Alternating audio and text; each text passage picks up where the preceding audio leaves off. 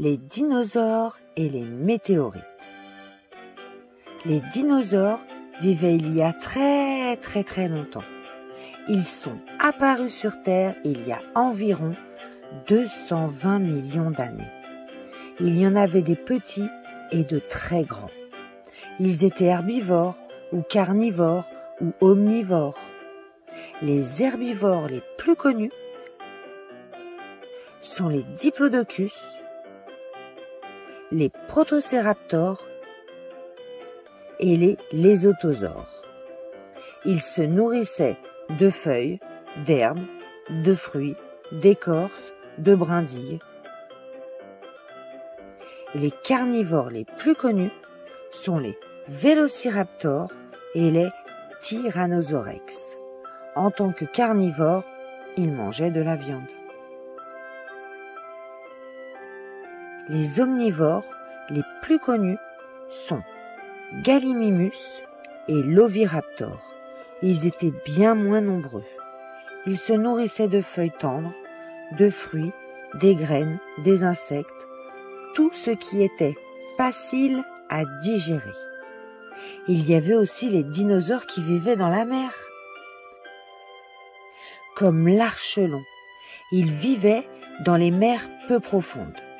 Il était long de 4 mètres, avec de grandes nageoires. Il se déplaçait très vite. Il se nourrissait surtout de mollusques. Mais il y a 66 millions d'années, un astéroïde est tombé sur Terre, dans la région qui est aujourd'hui la péninsule du Yucatan au Mexique. Après l'impact de l'astéroïde, les morceaux et poussières de la météorite ont assombri le ciel. La Terre s'est refroidie, certains morceaux étaient toujours en feu, ce qui a mis le feu aux forêts. Les volcans ont surgi. La fin des dinosaures avait sonné, parce que l'astéroïde a fini en météorite. Car les météorites sont des fragments, des petits bouts d'astéroïdes. Leur taille est variable, plus petits que les astéroïdes, plus petits aussi que les comètes, comme la comète de Halley. Mais ce qui les différencie, c'est qu'elles atterrissent sur Terre en traversant l'atmosphère. Parce qu'en pénétrant dans l'atmosphère à environ 70 000 km/h, la plupart de ces morceaux de roche s'enflamment et finissent en cendres. Mais des milliers de cailloux retombent quand même sur Terre chaque année. La plupart tombent dans les océans. Il est difficile de les retrouver. Mais ça arrive, comme la plus grosse météorite, c'est la météorite d'Oba, située à la ferme d'Oba Ouest en Namibie.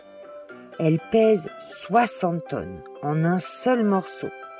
C'est le plus gros bloc naturel de fer sur la surface de la Terre. Elle mesure 3 mètres sur 2,5 mètres. C'est rikiki comparé à la météorite qui est tombée il y a 66 millions d'années, qui faisait 10 à 12 km de diamètre. Le cratère du Manicouagan, au Québec, s'est formé il y a environ 210 millions d'années. Il fait 70 km de diamètre, ce qui correspond à une météorite de 3,5 km de diamètre. La nature et l'espace, c'est impressionnant et passionnant. Il y a tellement de choses à observer et à apprendre.